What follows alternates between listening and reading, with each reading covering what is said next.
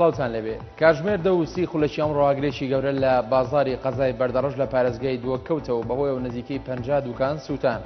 دڵشادە نوێر نێردراوی NRT لە شوێنی ڕووداوەکەەوە ڕایگەیان بە وتەی تیمەکانی فریاکەوتن ئاگرەکە بەهۆی شۆرتی کارەباوە بووە کە لە باڵەخانەی ڕەشگەری لە ناوەندی بازاری بەردەڕەش کەوتۆتەوە. وتیشی بۆی ئاگرەکەەوە نزیکەی 50 دوکان سووتان و دوکانەکانیش بریتین لە دوکانی جلوبەرگ و زەڕەنگەر.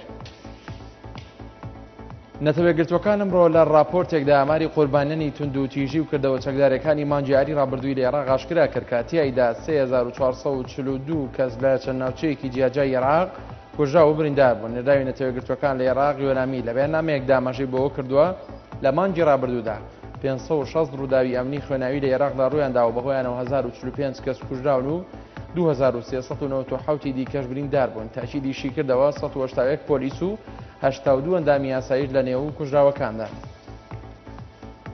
سەرۆکایەتی کۆماری عێراق تاکیدی کردەوە کۆمەڵگەی نێودەوڵەتی هەوڵەکانی دەست پێ کردووە بۆ جێبەجێکردنی پێشنیارەکەی عێراق سەبارەت بە چارەسەرکردنی قەیرانی سووریا. لە لێدوانێکیدا بۆ ڕۆژنامەی سەبا خزەی خوزاعی جێگری سەرۆکۆماری عێراق ڕایگەیان هەر لە سەرەتاوە هەڵوێستی حکوومەتی بەغدا بەرامبەر بە قەیرانی سووریا ڕوون و ئاشکرا بوو. وتیشی سەرباری داوەڕەوەکانی گەری سووریا بەڵام عێراق لەگەڵ ڕێگەچاری سەربازی دانیە و ناوێت سووریا پارچە پارچە و لاواز بێت. هەروەها خوازیاری شەگەل یە وڵاتە لە شەڕی ناوخۆی و تایەفی و دووبەرەکی بەدوور بێ.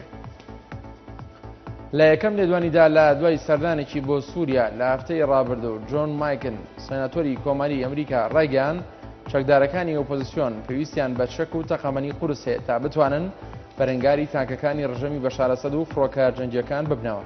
لە کۆنفرانسی کۆڕنامەوانیدا جۆن مایکن ئاماژەی بۆ کردووە کە هێزەکانی ئۆپۆزیسیۆن ناتوانن بە چەکی کلاشینکۆف ڕووباڕووی تانکەکانی حکوومەت ببنەوە. داواشێکن ناوچەیەکی دژەفڕین لە سووریا بچەسپێنرە و چەکی قورسیش بۆ ئۆپۆزیسیۆن دابین بکرێ گەرنا و ئاستانگا ئۆپۆزیسیۆن لە جەنگەکەیدا سەرکەوتن بەدەست بێنێ.